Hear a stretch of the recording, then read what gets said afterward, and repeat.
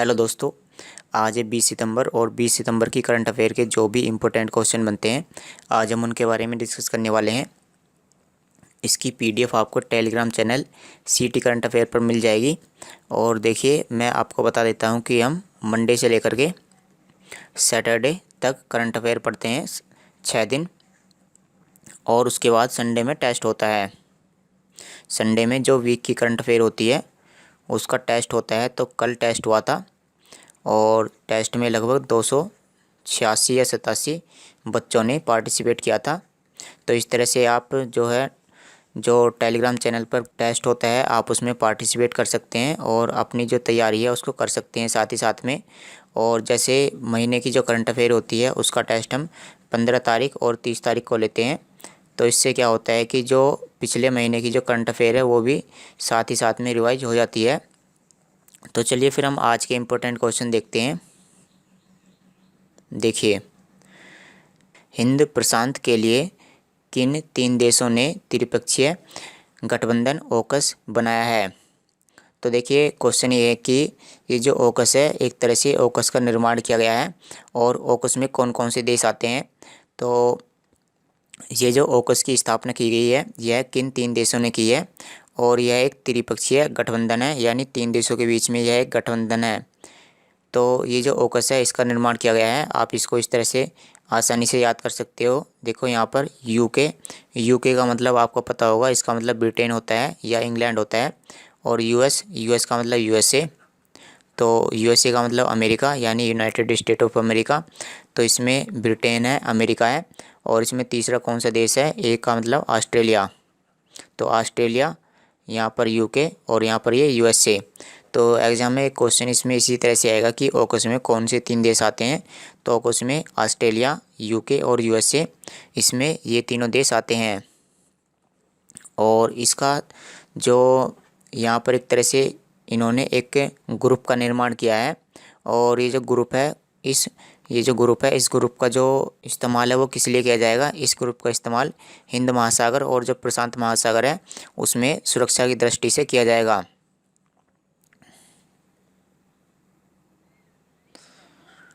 चलिए question number 2 देखते हैं। 45वीं जीएसटी काउंसिल बैठक। 45वीं जीएसटी काउंसिल बैठक, काउंसिल को ही हम हिंदी में क्या बोलते हैं? परिषद।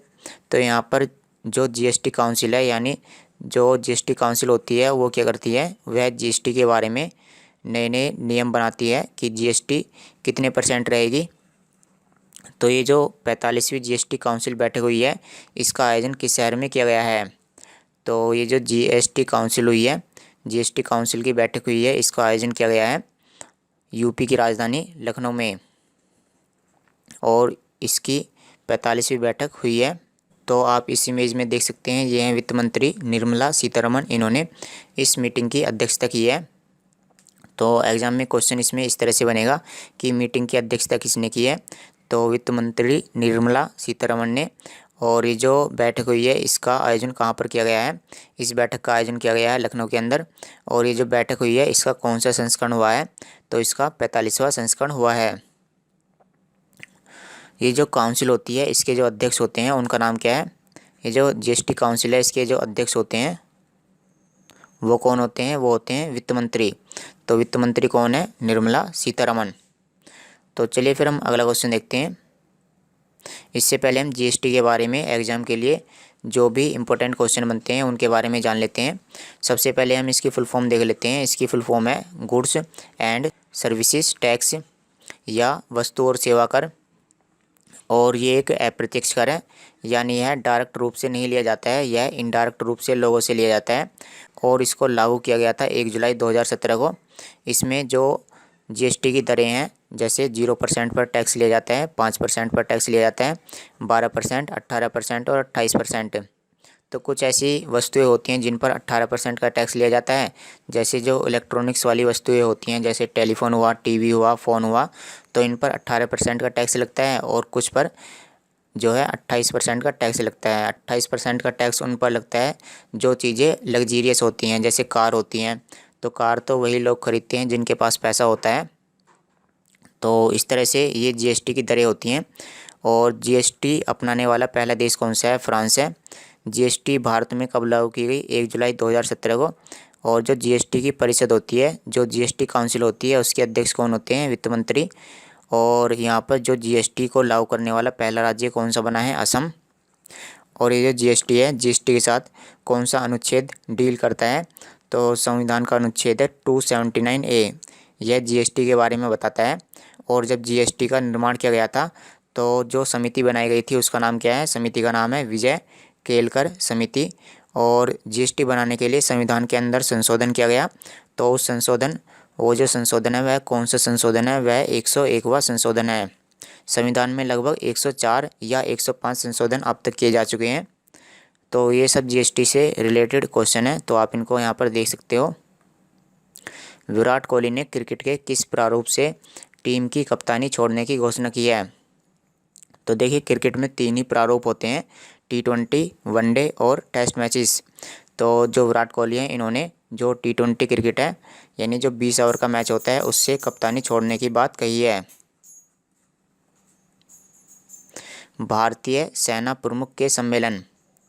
तो जो भारतीय सेना है, जो इंडियन आर्मी है, और जो उसके प्रमुख हैं, प्रमुख यानी कि जो उसके चीफ होते हैं, यानी जो इंडियन आर्मी के चीफ है, उनका नाम क्या है? मनोज मुकुंद नरवाने।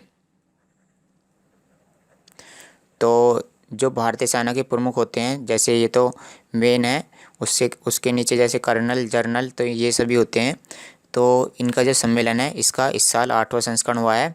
और ये जो संस्करण है, यह कहाँ पर हुआ है? ये जो सम्मेलन है, यह कहाँ पर हुआ है? तो जो भारतीय सेना के जो प्रमुख हैं, इनका 8वां संस्करण हुआ है। और ये जो सम्मेलन है, यह नई दिल्ली में आयोजित किया गया है। तो आप यहाँ पर देख सकते हैं, जो भारतीय सेना के प्रमुख हैं, इन्होंने इसमें पार्टिसिपेट किया है। और ये हैं जनरल MM नरवाने। किस अंतर्राष्ट्रीय हवाई अड्डे को सीमा शुल्क अधिसूचित घोषित किया गया है? तो हमें ऐसे अंतर्राष्ट्रीय हवाई अड्डे का नाम बताना है जिसको भारत में सीमा शुल्क अधिसूचित घोषित किया गया है। तो जो हवाई अड्डा है उसका नाम है कुशीनगर अंतर्राष्ट्रीय हवाई अड्डा, जो उत्तर प्रदेश में स्थित है। तो इसको हाल ही में अंतर्राष्ट्रीय हवाई अड्डे का दर्जा दिया गया था, और इसको जो है सीमा शुल्क अधिसूचित घोषित किया गया है। और इसमें ये क्वेश्चन भी बन सकता है कि इसको सीमा शुल्क अधिसूचित किसने घोषित किया है? तो इसको सीमा शुल्क अधिसूचित घोषित किया है CBIC ने। CBIC यानी central board of indirect taxes and customs. तो CBIC के द्वारा कुशीनगर अंतर्राष्ट्रीय हवाई अड्डे को सीमा शुल्क अधिसूचित घोषित किया गया है। तो चलिए अब हम CBIC के बारे में जान लेते हैं। ये क्वेश्चन इम्पोर्टेंट है कि इसके अध्यक्ष कौन है और इसकी स्थापना कब हुई थी। तो देखिए यहाँ पर central board of indirect taxes and customs, ये क्या है? यह CBIC की फुल फॉर्म है, central board of indirect taxes. और एक होता है CBDT, तो ये होता है central board of direct taxes. तो यह डायरेक्ट टैक्सेस के लिए कार्य करता है और यह इनडायरेक्ट टैक्सेस के लिए कार्य करता है। तो चलिए इसकी हम स्थापना देख लेते हैं। इसकी स्थापना 1 जनवरी 1964 को हुई थी और इसका मुख्यालय मुंबई में स्थित है। वर्तमान में इसके अध्यक्ष कौन है? अजीत कुमार। चलिए मैं साथ ही साथ में आपको CBDT के बारे में बता देता हूँ, यानी central board of direct taxes. यह इनडायरेक्ट टैक्सेस के लिए कार्य करता है। तो यहाँ पर देखिए central board of direct taxes, इसकी स्थापना 1924 में हुई थी और इसका मुख्यालय नई दिल्ली में स्थित है। और वर्तमान में इसके अध्यक्ष हैं जगन्नाथ विद्याधर महापात्रा, यानी इसको शॉर्ट में बोलेंगे हम JB महापात्रा। निम्न में से किस कंपनी ने भारत का पहला यूरो ग्रीन बॉन्ड जारी किया है?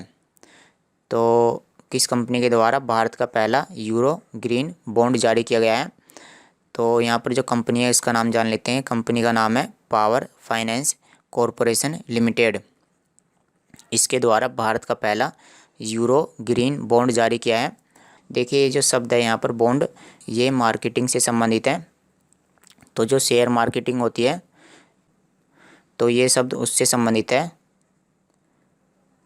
और इसमें यहाँ पर जैसे ये बॉन्ड जारी किया गया है, तो जो इन्वेस्टर होते हैं जो यहाँ पर बॉन्ड खरीदना चाहते हैं या बॉन्ड में इन्वेस्ट करना चाहते हैं वो इस बॉन्ड में इन्वेस्ट कर सकते हैं।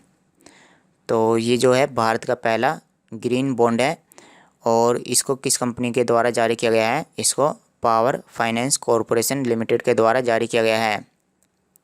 तो चलिए इसके बारे में, ये जो कंपनी है थोड़ा सा इसके बारे में जान लेते हैं कि इसका मुख्यालय कहाँ पर स्थित है।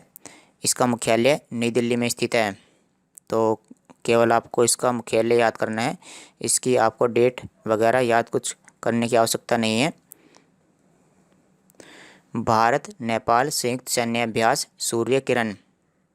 तो भारत और नेपाल के बीच में एक एक्सरसाइज होती है जिसका नाम क्या है? सूर्य किरण। तो सूर्य किरण का कौन सा संस्करण हुआ है? तो ये जो सूर्य किरण है इसका 15वां संस्करण हुआ है। तो यह भारत और नेपाल के बीच में होने वाली एक एक्सरसाइज है और इसमें जो भारतीय आर्मी है वह इसमें पार्टिसिपेट करती है। चलिए ये क्वेश्चन भी बनता है इसमें कि ये जो एक्सरसाइज हुई है यह कहाँ पर हुई है? तो यह एक्सरसाइज हुई है उत्तराखंड के पिथौरागढ़ में, पिथौरागढ़ में। तो आपको ये जो जगह है इसका भी नाम आपको याद करना पड़ेगा। उत्तराखंड के पिथौरागढ़ में सूर्य किरण का 15वां संस्करण हुआ है भारत और नेपाल के बीच में। चलिए नेपाल के बारे में जान लेते हैं। नेपाल भारत का एक पड़ोसी राज्य है और भारत के कितने पड़ोसी राज्य हैं? भारत के 7 पड़ोसी राज्य हैं जिनमें से नेपाल भी है। नेपाल एशिया महाद्वीप का देश है। इसकी राजधानी क्या है? काठमांडू। यहाँ की मुद्रा है नेपाली रुपया और यहाँ के प्रधानमंत्री हैं शेर बहादुर देउवा। तो आप यहाँ पर देख सकते हैं ये हैं नेपाल के प्रधानमंत्री और इनकी नियुक्ति हाल ही में की गई थी। जो यहाँ के राष्ट्रपति हैं वो कौन है? विद्या देवी भंडारी। भारत के 61वें software technology park of India. तो यहाँ पर 61वें software technology park of India का उद्घाटन किया गया है। तो क्वेश्चन ये है कि इसका जो उद्घाटन है वो कहाँ पर किया गया है? Software technology park of India. तो इसका उद्घाटन किया गया है नागालैंड के अंदर। यह भारत का 61वां सॉफ्टवेयर टेक्नोलॉजी पार्क है और ये जो पार्क होता है टेक्नोलॉजी पार्क, इसमें क्या किया जाता है? इसमें जो है सॉफ्टवेयर, जो भारत है, भारत को सॉफ्टवेयर हब बनाने के लिए कार्य किया जाता है। यानी ये जो सॉफ्टवेयर टेक्नोलॉजी पार्क है इसमें सॉफ्टवेयर बनाए जाते हैं और वो जो सॉफ्टवेयर होते हैं उनको इंडिया से बाहर एक्सपोर्ट किया जाता है। तो ये जो 61वां सॉफ्टवेयर टेक्नोलॉजी पार्क है इसका निर्माण नागालैंड में किया गया है और नागालैंड में अगर हम एग्जैक्ट जगह की बात करें तो नागालैंड की जो राजधानी है कोहिमा, उसमें इसका उद्घाटन किया गया है। चलिए नागालैंड के बारे में जान लेते हैं। इसकी राजधानी क्या है? कोहिमा। यहाँ के मुख्यमंत्री हैं नेफ्यू रियो और यहाँ के जो राज्यपाल हैं वो कौन है? अब जगदीश मुखी, जिनको अतिरिक्त प्रभार दिया गया है। और इसके 3 पड़ोसी राज्य हैं अरुणाचल प्रदेश, असम और मणिपुर। आप यहाँ पर देख सकते हैं ये है नागालैंड। और अगर हम यहाँ के नेशनल पार्क या राष्ट्रीय उद्यान की बात करें तो यहाँ पर इन टंकी यहाँ का नेशनल पार्क है। अजीज हजीनी किस क्षेत्र से संबंधित है जिनका हाल ही में निधन हो गया है? तो आप यहाँ पर देख सकते हैं ये हैं अजीज हजीनी, जो एक लेखक हैं। ये कश्मीर के रहने वाले हैं और कश्मीरी भाषा में ये कविताएं लिखते हैं। इनको 2016 में साहित्य अकादमी पुरस्कार दिया जा चुका है।